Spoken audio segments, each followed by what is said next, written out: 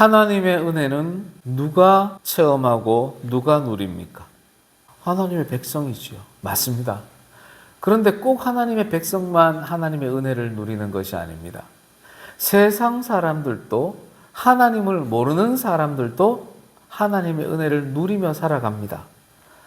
저 해와 달, 저 비, 저 산, 저 땅, 흙, 세상 사람들도 하나님의 은혜를 누리고 살아갑니다. 세상 사람들도 하나님의 은혜를 누리고 있는데 그들도 구원받는 존재일까요? 조선시대에 궁녀가 임금의 성은을 입으면 신분의 변화가 생기고 구원받는 것처럼 우리도 하나님의 은혜를 입으면 구원받는 것과 동일하다 생각할 때가 참 많습니다. 물론 그럴 때도 있지만 그렇지 않을 때도 있습니다. 세상 사람들이 은혜를 입는다고 해서 구원받는 건 아니잖아요. 그렇다면 세상 사람들과 우리 성도들은 어떤 차이점이 있을까요?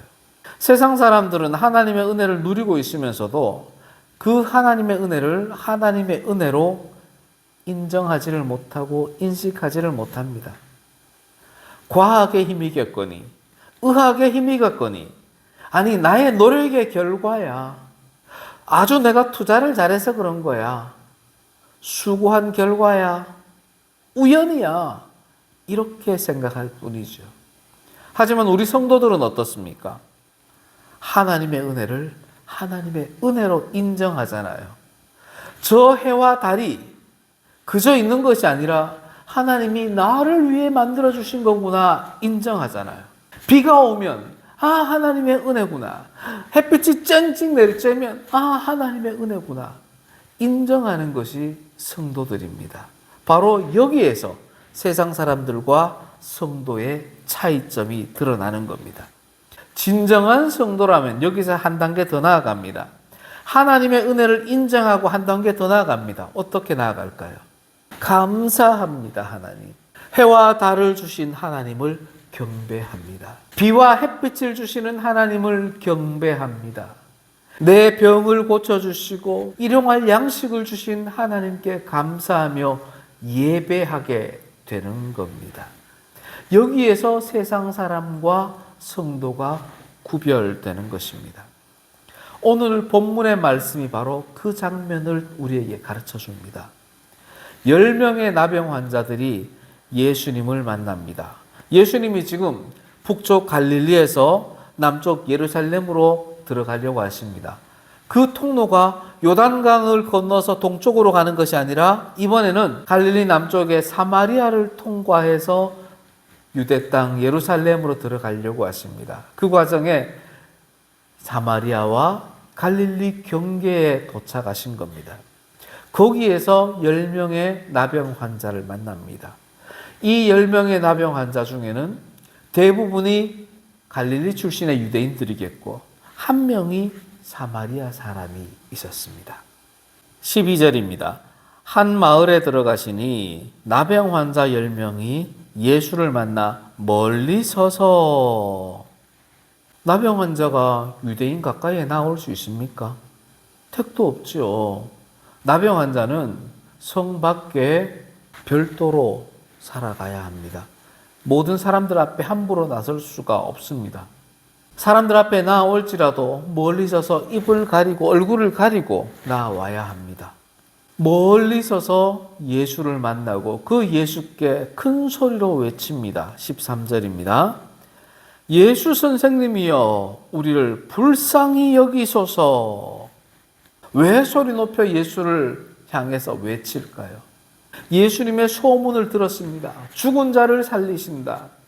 걷지 못하는 자를 걷게 하시고 중풍병자를 일으켜 세우시고 나병 환자를 고치신다는 소문을 이들도 들었습니다. 우리가 살아날 방법은, 우리가 이 나병에서 벗어날 방법은 저 예수님밖에 없다는 것을 이들은 알고 있었습니다. 그래서 예수님이 가시는 그 길에 나타나서 예수 선생님이여 우리를 불쌍히 여겨주소서라고 외치는 겁니다. 이 외침은 한 푼 줍쇼라고 외치는 것과는 차원이 다른 겁니다.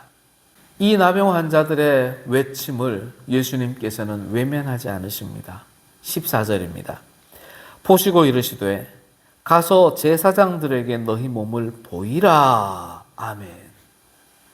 예수님이 멀리 서서 예수님을 바라보며 외치는 그 10명의 나병 환자들을 보십니다. 보시는 그 자체가 바로 은혜의 시작입니다. 사랑하는 성도 여러분, 하나님이 여러분을 지금 보고 계실까요? 외면하고 계실까요? 보고 계십니다. 그것이 하나님이 여러분들을 향한 은혜의 시작입니다. 언제 보실까요? 여러분 생각대로, 여러분 소견대로 살아갈 때 하나님이 여러분을 봐주실까요? 하나님께 나아와서 비록 가까이 가지 못하더라도 멀리서라도 하나님 우리를 불쌍히 여겨주소서라고 하나님을 향해 외칠 때 하나님이 그 외치는 자들을 바라봐 주십니다. 바라볼 때 하나님은 그 외치는 자들을 불쌍히 여겨주십니다. 그리고 하나님이 그 외치는 자들을 향하여 말씀하십니다. 가서 제사장들에게 너희 몸을 보이라. 아멘. 이 나병 환자 입장에서는 기가 찰 노릇입니다. 나병 환자 진단서를 받아오라는 것은 율법에 의해 있을 수 있는 일입니다. 내가 나병인지 아닌지 진단을 받아야 되는데 그 진단을 누가 하느냐? 제사장이 합니다. 그래서 제사장이 가서 진단을 받을 때 나병 환자도 제사장을 만납니다.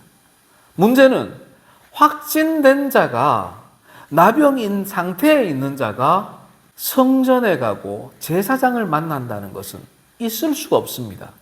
죽음을 각오해야 하는 일입니다.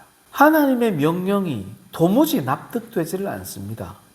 지난번에 듣기로는 네 믿음이 너를 구원하였느니라 이렇게 말씀하시면 병이 싹 낫고 그대로 뛰고 하나님께 경배하며 끝이었는데 이번에는 나병이 낫지도 않은데 제사장에게 가랍니다. 너 제사장에게 가서 돌에 맞아 죽어라 라는 말과 똑같습니다. 납득할 수 없는 명령을 하시는 겁니다. 여러분들이 이 나병 환자라면 어떻게 하시겠습니까? 우리를 불쌍히 여기셔서 이 나병을 고쳐주세요라고 기도했더니 하나님이 전혀 기대하지 않은 엉뚱한 말씀을 내게 하신다면 여러분들은 어떻게 반응하시겠습니까? 이 10명의 나병 환자는 예수님의 이 말씀에 죽을 각오로 순종합니다. 왜 그럴까요? 예수님을 믿기 때문입니다. 예수님이 제사장에게 가서 보이라고 했으니 보이자. 예수님이 다 알아서 하실 거야 라는 믿음이 있었던 겁니다. 우리는 어떻습니까? 하나님께 기도할 때 문제가 생겨서 하나님 아니면 해결해 주실 수 없어요. 하나님만이 해결자입니다라고 기도하면서도 내 상식에, 내 경험에, 내 지식에 합당한 결론을 제시해 주지 않으면 믿지 않을 때가 있잖아요. 하나님 그건 아니지요. 다른 방법 좀 주세요. 그렇게 요구하는 것이 우리네 모습 아닙니까? 예수님의 그 얼토당도 않은 명령을 들은 이 10명의 나병 환자들이 순종해서 죽을 각오로 제사장에게로 나아갑니다. 놀라운 일이 벌어집니다. 14절입니다. 그들이 가다가 깨끗함을 받은지라. 아멘. 하나님의 말씀을, 예수님의 말씀을 듣는 순간 내게 은혜가 임한 게 아니에요. 시작일 뿐이었어요.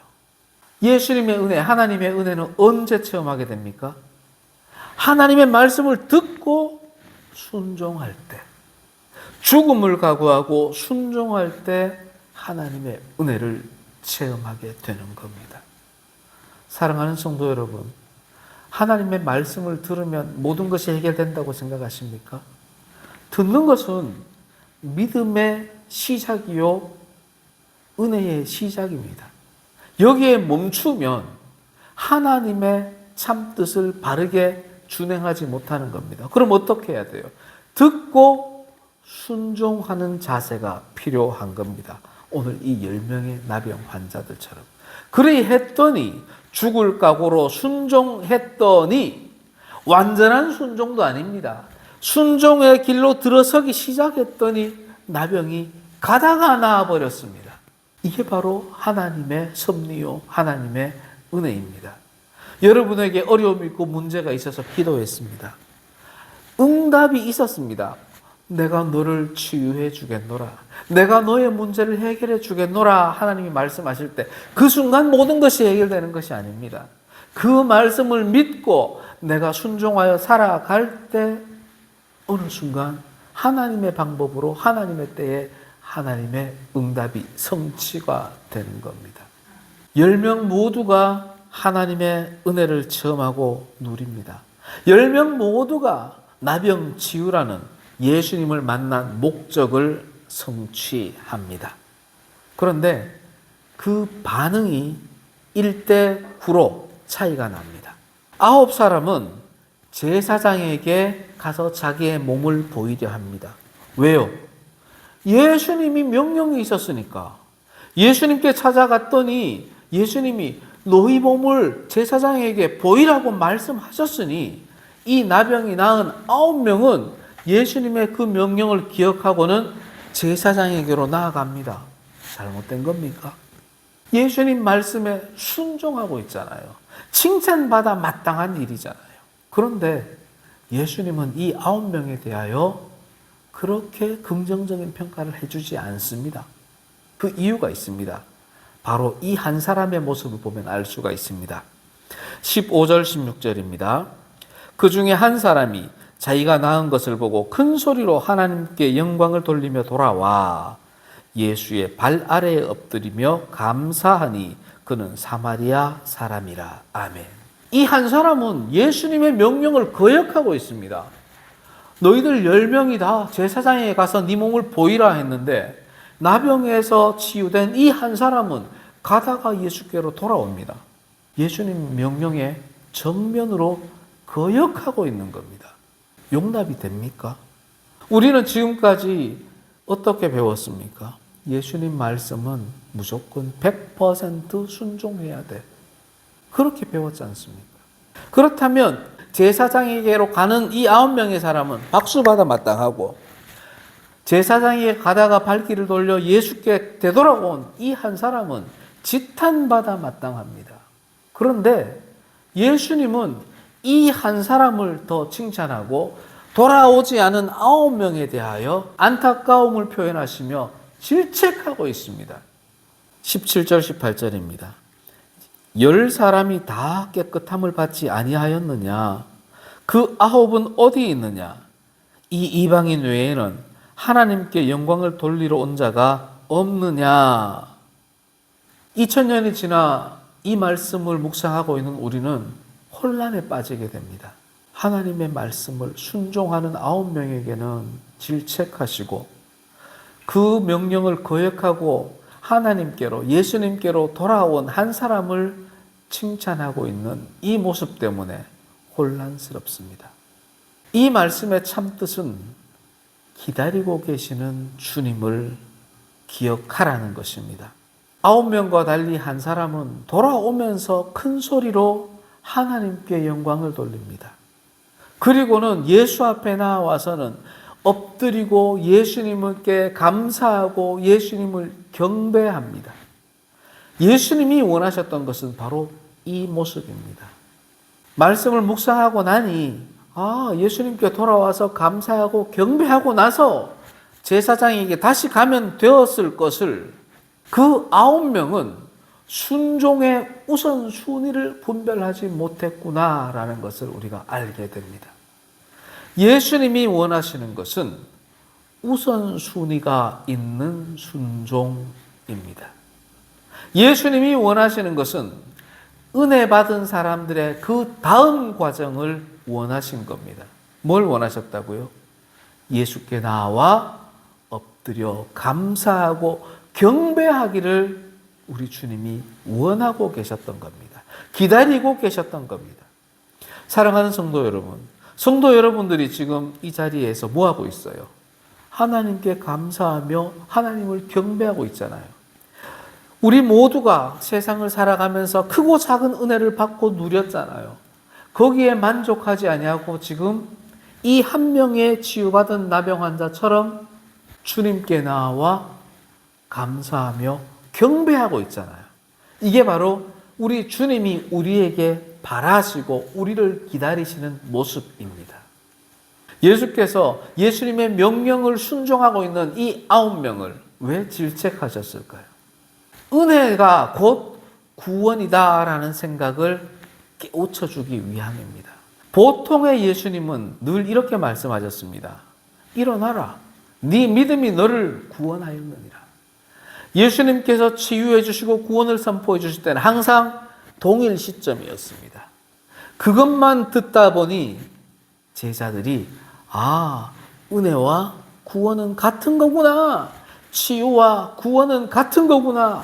착각하게 되는 겁니다. 우리 또한 그렇게 생각할 때가 많았지 않습니까?